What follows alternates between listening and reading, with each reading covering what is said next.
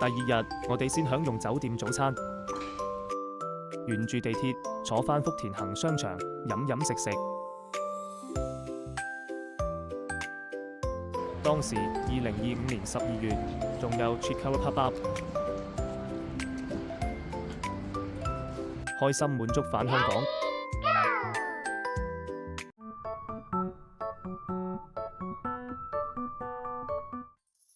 第二日一早，我哋先享用酒店自助早餐，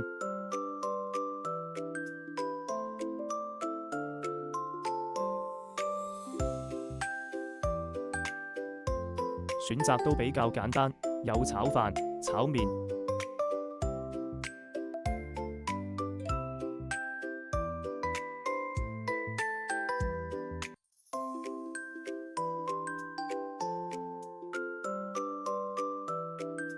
唔同葉盤、番薯、雞蛋等等。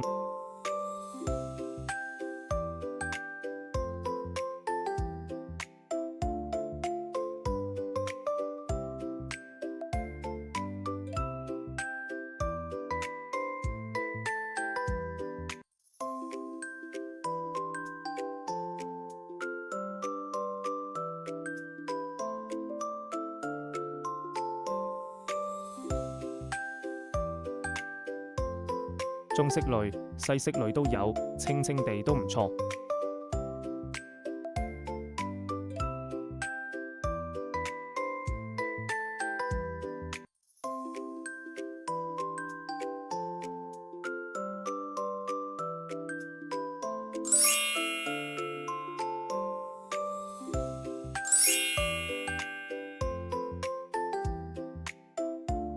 之後，我哋沿住地鐵去到9號線下沙站，嚟到 B 出口中洲灣。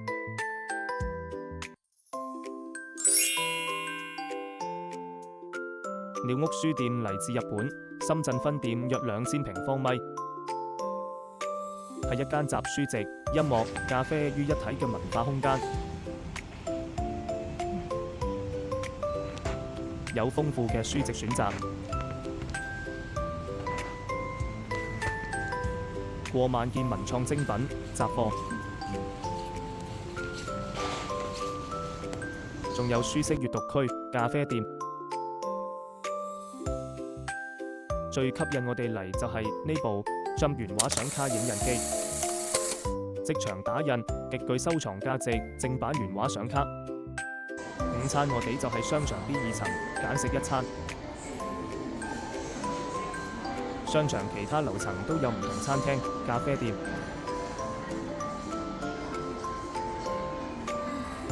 菜式選項都好豐富。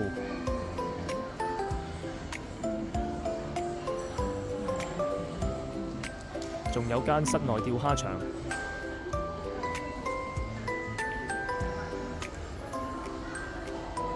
最後決定係善心記4寶煲仔飯。份量唔算好大煲，價位20人民幣到40人民幣左右。等大約10至15分鐘，味道都唔錯。食完個人都暖晒。坐3個站嚟到地鐵購物公園站，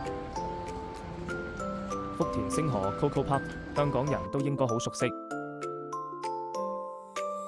當時有 Chiikawa 快閃店。